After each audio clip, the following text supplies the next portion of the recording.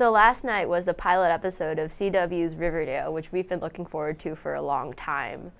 And it's so soapy, and I'm so happy about it.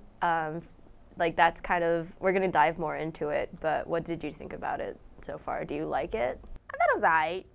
You know, it was a CW show, obviously.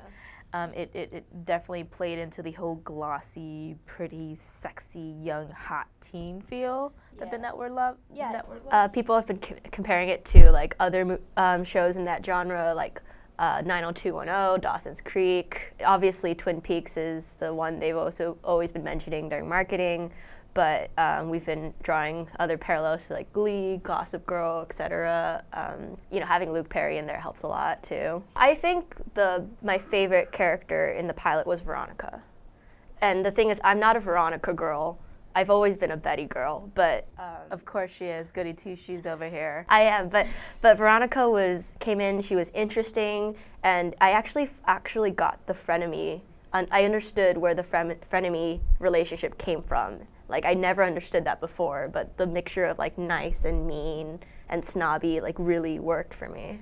Yeah. So Veronica's also my favorite. I'm Team Veronica. Obviously, because I love my bad girls. I love everything that she is right now. She just kind of came in and owned it, and you know, she was super nice to little old Betty there. Yeah, but we should talk about the kiss, because that's been something that was in the trailer, and that I remember we were talking about, and it's like, well, is this queer baiting? Is this like using? Is it sexualizing? They make like Cheryl Blossom makes like a funny comment about it, but does that necessarily still make it cool, do you think? Oh no, that was totally done for marketing in my opinion. The only reason it was in there is just so they could put it in the trailer and be like, look at two girls kissing, so edgy, you know.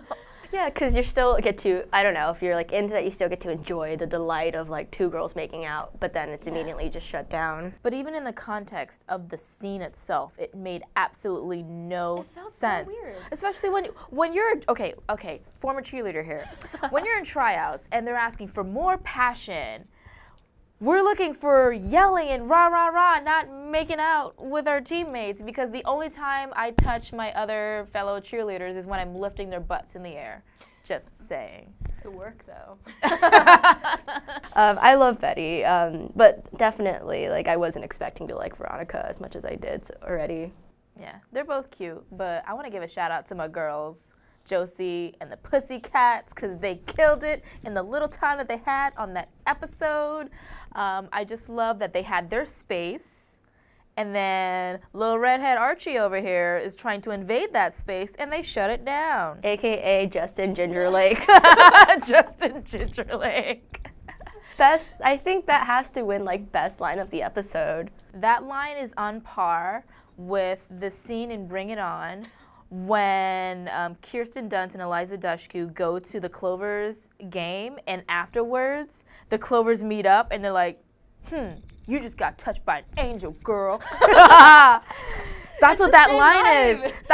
That's what that is. He just shows up to this like successful band. He's just like, hey, I wrote some songs during the summer.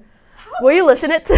How clueless do you have to be like, oh, I'm so emotional. I'm an artist. Let me go to these talented women who've won talent shows with my non-talent having ass and try to be up in their space. Like, yeah, like, Archie. Like his sad boy music wasn't horrible, but also just kind of the awkwardness of that whole like proposition of like, hey, can I talk to you about my lyrics? He read White Guy with Guitar to me. It just did not. He's a little sad boy with guitars, like listening to Elliott Smith and being really sad. We also should address Miss Grundy, who is this like older woman in the comics who's like, you know, like 50s, maybe even later. She has like back and forth with Mr. Weatherbee. But in here, she's this young, sexy music teacher with Lolita glasses. And I don't know how to feel about that. What's there to question about a teacher and a student tra-la-la-la-lying for a little picnic in the woods? It's portrayed as really romantic, and it's statutory rape. Like, Kevin Keller, for those of you who don't know, was a really big deal because he was the first openly gay character to be introduced in Riverdale.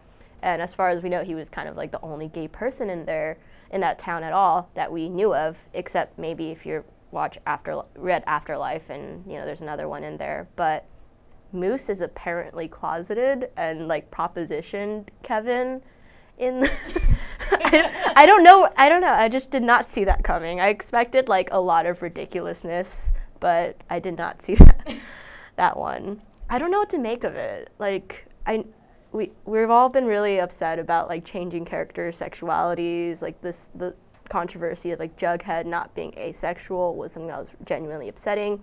But how do we feel about Moose being a closeted? I'm not really, I like Kevin. I like where they're going with him because he seems fun. Moose, on the other hand, I have to see more of him because I don't really care because that's like nothing new for me. I know the character that we've seen, the jock who's closeted, but where are we gonna go with that? Are we gonna make him a total meathead and do some gay bashing storyline? Or are we gonna have him be modern and just kind of is this going to be like a nice coming out story? Yeah, he's very much still on the sidelines now, like along with like Reggie, who I want to see more of too. So that's something kind of just like yet to be seen. But I was like very surprisingly happy with what they did with Kevin. I think I was afraid of some like gay best friend stereotypes, but he's actually I don't know, he steals like every scene. He's so lovely. He also agrees with me that Betty and Archie are endgame, so. I mean, you can stick with your wrong opinion, but I'll just agree to disagree. The show planted a lot of really great little moments, like you have grudges, you have like these weird romantic overlaps, etc. I'm so excited to see where it goes. But based off Pilot 1, who do you think killed Jason Blossom? Who do I think killed Jason Blossom? I'm gonna go with the sister. I'm gonna go with Cheryl. Could be Cheryl, but I feel like it's someone from the Cooper family. I'm just gonna say that. Who do you think it is? Let us know. Yeah, closing thoughts on Archie are that how is he getting all this game? How? Yeah, beyond like being very physically attractive, he's kind of boring. And it's like, okay, so you got abs. And you got a face, but what's coming out of that face is not good. So it's like, you know what? It's like having a really, really good-looking cake, and you want to eat it, and then you go to eat it, and it's stale, and you're like, this is ruined cake for me. I don't want this anymore. So if you like Riverdale and you don't want to wait until the next episode comes out, or you just want more Archie, recommendations include the Afterlife with Archie series, The Chilling Adventures of Sabrina. Basically all the horror imprints of Archie are amazing. They like pay a lot of tribute to old horror too, and they're so fun and camp, and I love them. Chip Zdarsky's Jughead is a great place to start also. It's hilarious, it's so funny, the art is great, and we wanted more Jugheads too, so if you want more Jughead, check that out. And look, he's even eating a hamburger. Yeah, this is the Jughead I want to see. The Jughead that's just burger crazy and loves his dog hot dog, so. So what did y'all think about the first episode? You like it, you love it, hated it, feeling meh? Who do you think killed Jason Blossom? And how fabulous are Josie and the Pussycats? There's a wrong answer to that. Who's your favorite character and why is it Josie?